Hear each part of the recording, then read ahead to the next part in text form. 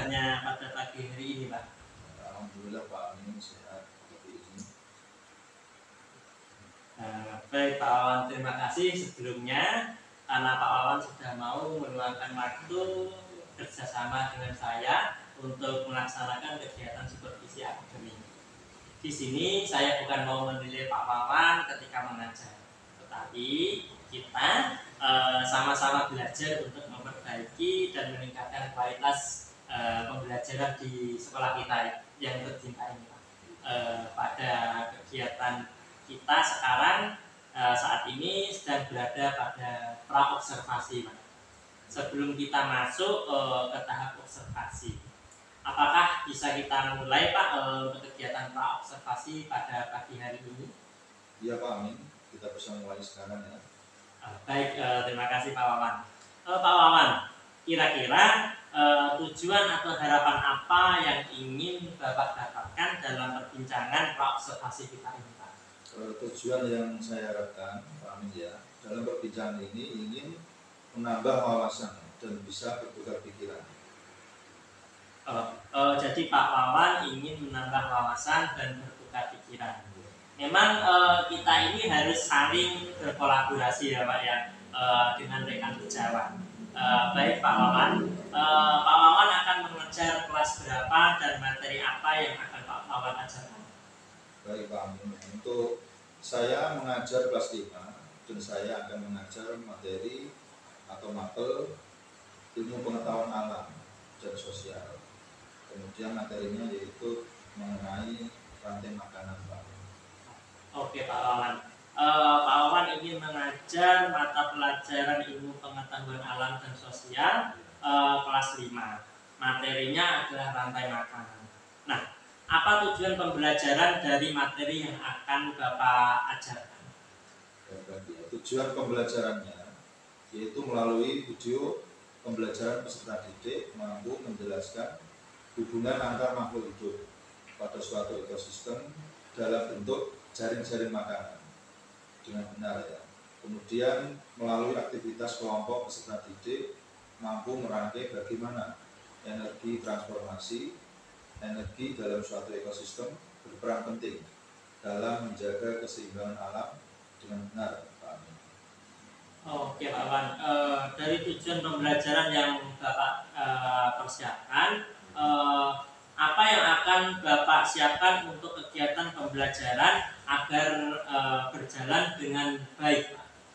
Untuk kegiatan pembelajaran, saya sudah menyiapkan perangkat pembelajaran Pak, seperti modul, ajar, kemudian bahan ajar, LKPD, dan media ya Pak.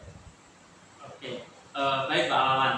Pak Wawan sudah mempersiapkan semuanya, termasuk modul ajar, bahan ajar, LKPD, dan media ya Pak ya.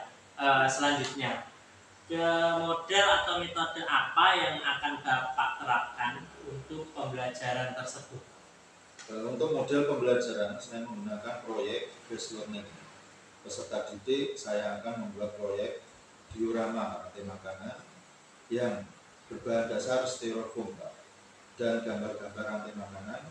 Untuk metode saya akan menggunakan pembelajaran berdiferensiasi. Oke Pak Wawan, Pak Wawan akan menggunakan ICPL ya Pak ya, dan metodenya berdiferensiasi. Kalau boleh tahu Pak, untuk persiapan pembelajaran berdiferensiasi ini, arah atau cakupan pemetaan berdasarkan apa Pak? Untuk pembelajaran berdiferensiasi, cakupan pemetaan ini berdasarkan kesiapan siswa, kemudian minat belajar, terus gaya belajar siswa. Oke Pak Wawan, di sini kira-kira hambatan apa yang mungkin akan muncul kan ketika pelaksanaan pembelajaran berdiferensiasi Pak? Untuk setiap anak itu memang memiliki kebutuhan yang berbeda-beda. Ada anak yang memahami dan ada anak yang kurang memahami, gitu ya Pak. Oke, jadi setiap anak memang memiliki kebutuhan yang berbeda-beda Pak. Anak itu ada yang memahami dan ada anak pula yang kurang memahami. Terus bagaimana solusi Pak Wawan untuk menghadapi atau atau mengatasi hal tersebut, Pak? Untuk solusi itu dengan cara mengelompokkan siswa ya, sesuai dengan minat belajarnya masing-masing Pak. Oke Pak, solusi Pak Wawan akan mengelompokkan siswa dengan minat belajarnya masing-masing. Terus ukuran keberhasilan dari yang ingin Pak Wawan capai itu apa Pak? Untuk ukurannya keberhasilan dari ini yang saya capai yaitu siswa dapat memahami pembelajaran yang saya lakukan. Baik, untuk pembelajaran ilmu pengetahuan alam dan sosial materi rantai makanan tadi ya Pak ya. Kira-kira kapan Pak Wawan akan melaksanakan pembelajaran tersebut? Untuk pelaksanaan pembelajaran ilmu pengetahuan alam dan sosial akan saya laksanakan nanti ini Pak. Nanti ya Pak ya. Ya. Jadi Pak Wawan akan melaksanakan pembelajarannya nanti. Ya. Nah, area pengembangan apa sih yang ingin Pak Wawan capai? Untuk area pengembangan yang ingin saya capai yaitu peserta didik mampu menjelaskan hubungan antar makhluk hidup, kemudian pada suatu ekosistem dalam bentuk jaring-jaring makanan dengan benar, dan peserta didik merasa senang dalam diskusi kelompok ini. Oke, area pengembangan tersebut yang ingin Pak Wawan capai ya. Untuk nanti bagian mana yang ingin saya bantu saat pembelajaran Pak Wawan? Bagian yang ingin Bapak bantu pada saat kegiatan inti Pak. Kegiatan inti. Baik Pak Wawan, jadi nanti saya akan melaksanakan supervisi akademik di kelas Pak Wawan ya. Terima kasih Pak Wawan atas waktunya. Semoga nanti kegiatan pembelajaran yang Bapak laksanakan bisa berjalan dengan baik dan lancar, serta saya juga bisa ikut untuk bergabung melaksanakan supervisi akademik. Iya Pak, ya sama-sama Pak. Oke, terima kasih Pak Wawan. Selamat pagi dan semoga nanti kita bisa sukses dalam melaksanakan kegiatan tersebut. Oke, terima kasih Pak Wawan. Assalamualaikum warahmatullahi wabarakatuh. Waalaikumsalam.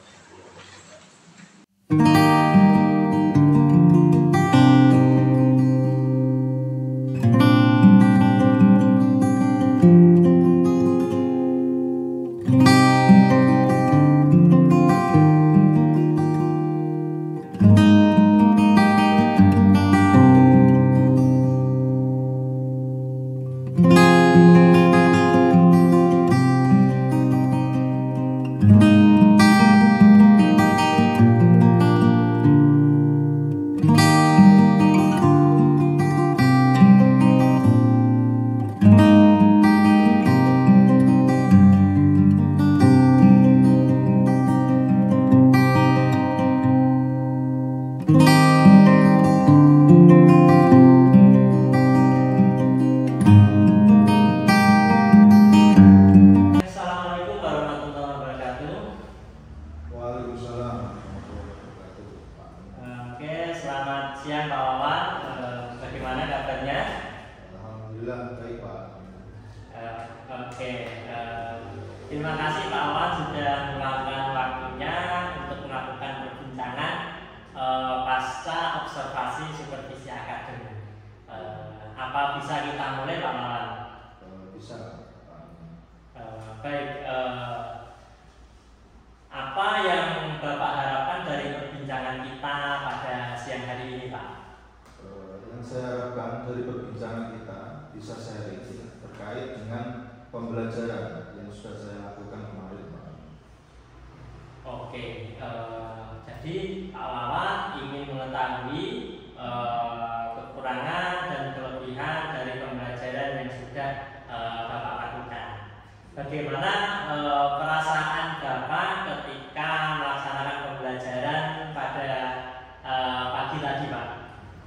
Perasaan saya senang sekali karena siswa dapat lebih aktif mengikuti pembelajaran IPAS dengan membuat diorama rantai makanan. Pak Wawan merasa senang dan siswa aktif ya Pak ya? Iya. Dari perbincangan kita tadi ketika pra-observasi dan sudah melaksanakan observasi tadi ketika Pak Wawan melaksanakan pembelajaran